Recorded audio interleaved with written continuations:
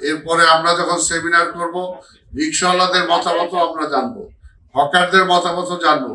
যতগুলো ঐতিহ্য বা এই জায়গা যদি আমরা দেখতে চাই, তাহলে সেটা পুরো এই ঢাকা দক্ষিণেই সবকিছু অবস্থান করে। তাই আমরা চাই এই আদি ঢাকাকে তার পুরনো রূপ ফিরিয়ে দিতে। এটা সত্যি কথা যে ঢাকা শহর এক সময় সবুজে ভরপুর ছিল, ফুলের বাগান ছিল। এখন কিন্তু আজকে সেই অবস্থা নেই। সেই অবস্থাটা ইচ্ছা করলে, আমরা যদি সবাই সমষ্টিগতভাবে ইচ্ছা করি, তাহলে কিন্তু সেটা সম্ভব। পাশাপাশি আজকে জলবদ্ধতা, আজকে মশার সমস্যা, আজকে হকার সমস্যা, আজকে রিক্সার সমস্যা, এগুলো কিন্তু আমাদের সমস্যা। কাজে এইগুলো আমি আপনাদের সবার অংশগ্রহণ চাই। এরপরে আমরা যখন সেমিনার করব, রিক্সাওয়ালাদের মতামত আমরা জানবো, হকারদের মতামত জানবো। মাননীয় প্রধানমন্ত্রী অনেক মানবিক, কাউকে তিনি উচ্ছেদ করতে চান না, তিনি পুনর্বাসন করতে চান।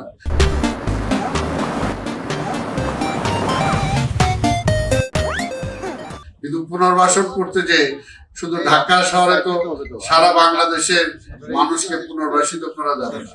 ঢাকা শহরের একটা লিমিটেশন আছে। কাজে আমরা চাই প্রত্যেকটা বিষয়, ইতিমধ্যে হকারদেরকে আপনারা দেখেছেন, কিছু কিছু জায়গায় আমরা কাজ করেছি, অনেকে আপনারা ধন্যবাদ দিয়েছেন।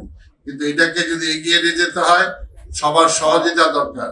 সারা ঢাকা শহরটাকে হকারে পরিপূর্ণ করা যাবে না, সারা ঢাকা শহরটাকে রিক্সা শহর বানানো যাবে না। আজকে ফুটপাথ গুলোকে পরিষ্কার করতে হবে যাতে জনগণের হাঁটার জায়গা হয়। পাশাপাশি হকারদেরকেও যাতে পুনর্বাসন আমরা করতে পারি, সেই বিষয়ে আমরা চিন্তা ভাবনা করছি। আজকে যে ডিএনডি বাঁধের কথা বললেন, এটা সত্যি কথা যে আজকে একটা গলার কাটা ঢাকা শহর, ঢাকা বিশেষ করে ঢাকা দক্ষিণের জলাবদ্ধতার যে পানি নিষ্কাশনের যে ওয়েগুলো ছিল, আজকে সব বন্ধ হয়ে গেছে, খালগুলো সব বন্ধ হয়ে গেছে।